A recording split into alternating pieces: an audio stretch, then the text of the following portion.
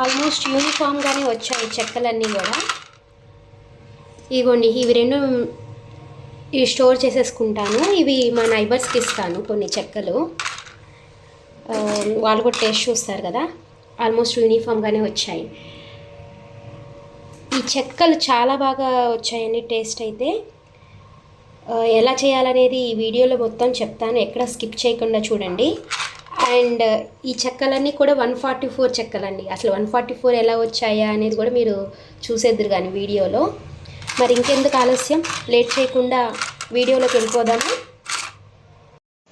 1 KG బియ్య పిండికి ఒక 100 గ్రాములు పచ్చిశనగపప్పు నానబెట్టి పెట్టుకున్నాను.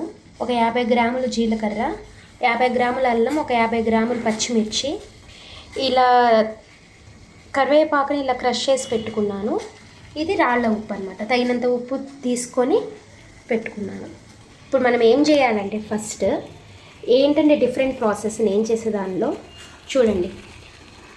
ఇలా మసులుతున్న నీళ్ళల్లో కల్లుప్పు వేసుకొని ఉంచుకోవాలి.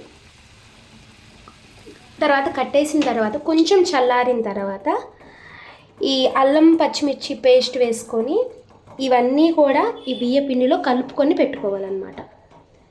నేను ఒకసారి చూపిస్తాను. ఒకసారి ఇప్పుడైతే అల్లం పచ్చిమిర్చి నూరేసి వస్తాను ఉండండి. ఇట్లా అల్లం పచ్చిమిర్చి నూరు పెట్టుకున్నాను. నీళ్ళు అయితే కొంచెం వేడిగా ఉన్నప్పుడే కొంచెం కొంచెం కలుపుకుంటూ ఇవన్నీ వేసి కలపాలన్నమాట. అయితే ఈ లోపల నేను ఏం చేశానంటే బాండీ పెట్టేసేసి నూనె పోసి వెలిగించేసాను. చూడండి, కొంచెం బాండీ పెద్ద సైజే ఉండాలండి. ఎందుకంటే చెక్కలో వేసినప్పుడు పొంగుతుంది కదా, నూనె బయటికి రాకుండా నేనేం చేశానంటే ఒక పెద్ద బాండీ తీసుకున్నాను ఇలా పిండి వంటలకని. ఇది 1 కేజీ ఆయిల్ పైనే అండి. ఇది చూడటానికి అలా కనిపిస్తుంది పెద్దది కాబట్టి. ఇంకా పొంగకుండా చక్కగా దీనిలోనే బాగా కాలుతాయి అన్నమాట చెక్కలు అనేవి. ఇప్పుడు నేను ఇవన్నీ కూడా వేసి నేను కలపటం అనేది నేను ఇప్పుడు చూపిస్తాను.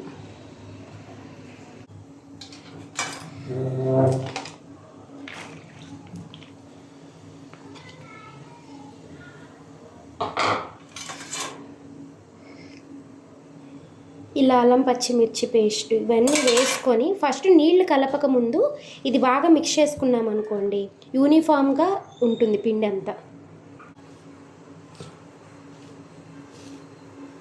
యూనిఫామ్గా కలుపుకుంటే టేస్ట్ ఎలివేట్ అవుతుంది అనమాట. కొంచెం కొంచెం నీళ్ళు ఇలా కలుపుకుంటూ మనము పిండిని మొత్తం కలుపుకోవాలి. చెక్కల పిండి ఎలా కలుపుకోవాలో తెలుసు కదా, నేను ఇంకా మొత్తం అయ్యాక చూపిస్తాను. కొంచెం కాలుతుందండి. ఇలా పిండిని ఇలా వేడి ఉప్పు నీళ్ళల్లో ఇలా కలపటాన్ని ఉప్పటం అంటారనమాట. బియ్య పిండిని ఇప్పుడు మనం ఉప్పించి చెక్కలు చేయబోతున్నాం. చాలా బాగుంటాయి అనమాట. ఎక్కడ ఎయిర్ గ్యాప్స్ లేకుండా మనము కలుపుకోవాలి. చూడండి, అందుకని పెద్ద ప్లేట్ కూడా తీసుకున్నాను కింద పడకుండా. ఇలా చక్కగా కలుపుకోవాలి. ఒక 5 నిమిషాలు ఉంచుకున్న తర్వాత మనం చెక్కలు చేసుకుందాం. చూడండి, ఇలా అంటే ఇలా వచ్చే రకంగా ఉండాలి చెక్కల పిండి.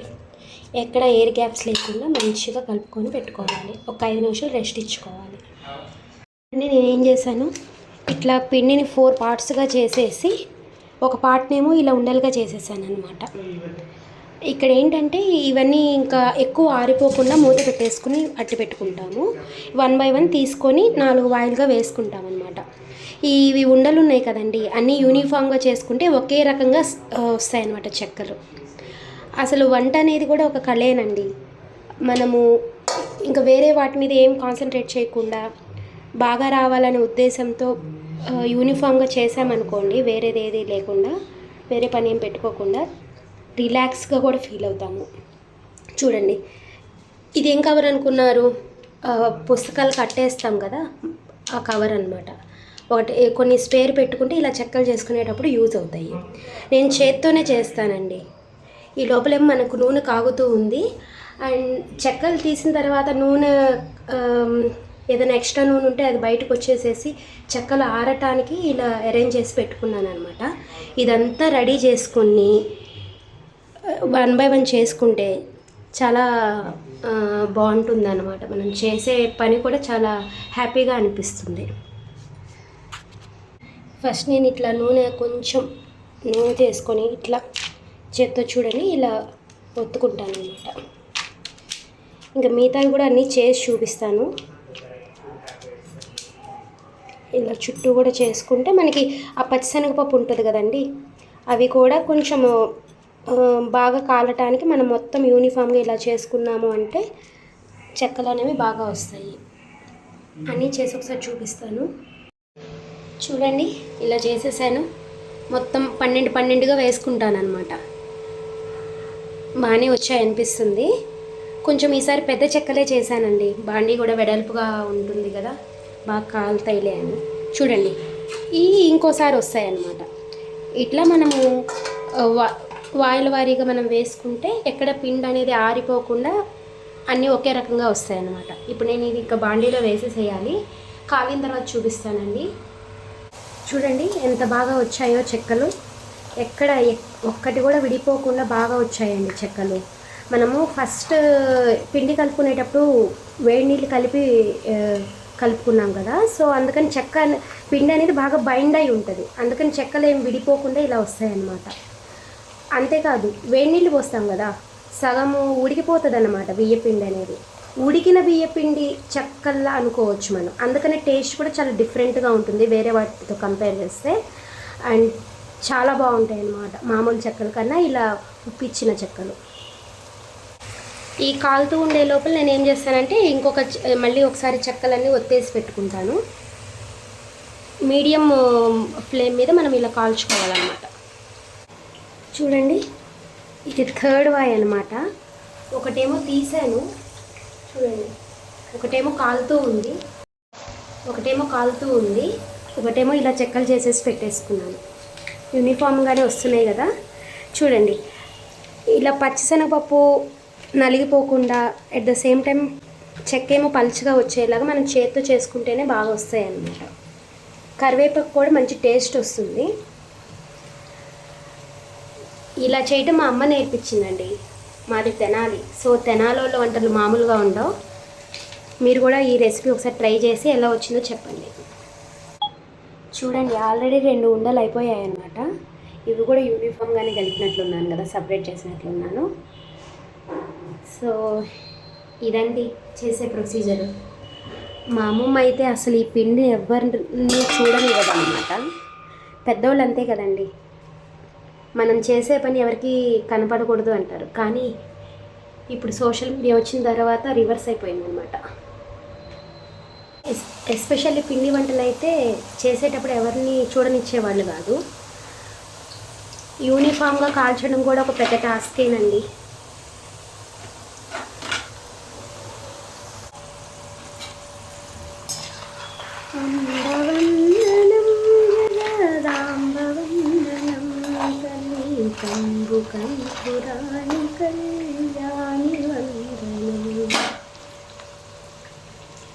వేదములను కన్న తల్లి 1000 వందనం, అందజాయాన వందనం.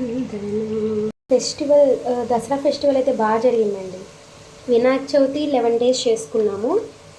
దసరా ఫెస్టివల్ కూడా 11 డేస్ చేసాము. చాలా బాగా జరిగినాయి. పూజలు, గుడికి వెళ్ళటం అని, బతుకమ్మని, ఇలా అన్ని రకాలుగా బాగా జరిగాయి ఈ సంవత్సరం.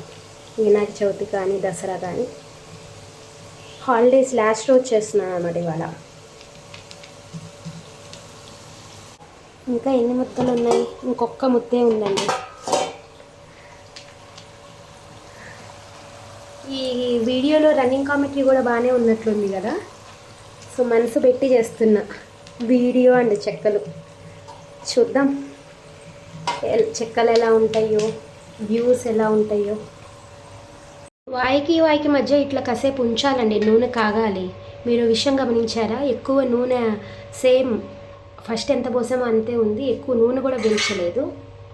చూడండి ఇలా డబ్బాల్లో పెట్టేసుకుంటాను అనమాట. అన్నీ ఆరినాకే మూత పెట్టుకుంటాము. అసలు ఇంతకీ ఎన్ని ఉండలు అయిపోయాయనేగా చూడండి ఒకసారి.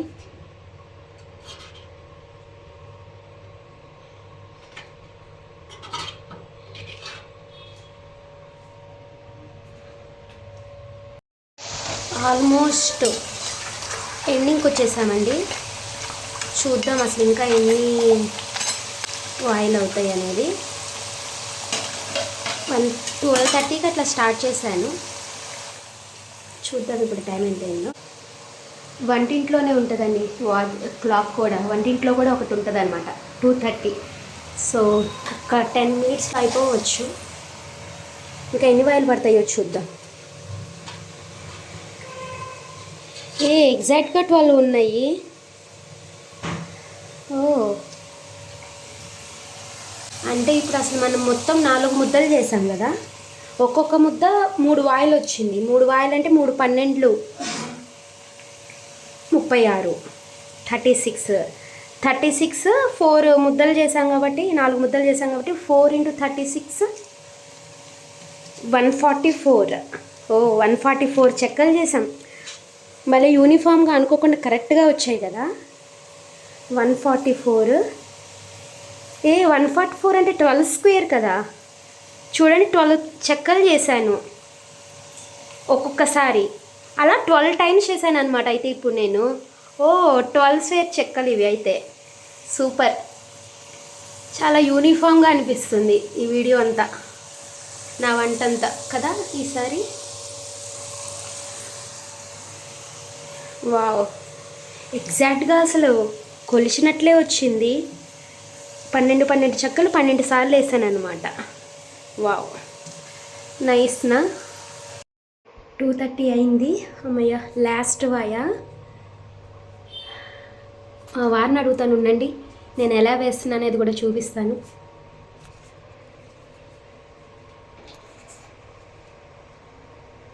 నన్ను కూడా చూపించండి, పర్లేదు. చూడండి ఇక్కడ ఇలా మొత్తానికి చూడండి ఎలా వచ్చేస్తున్నాయో చెక్కలు.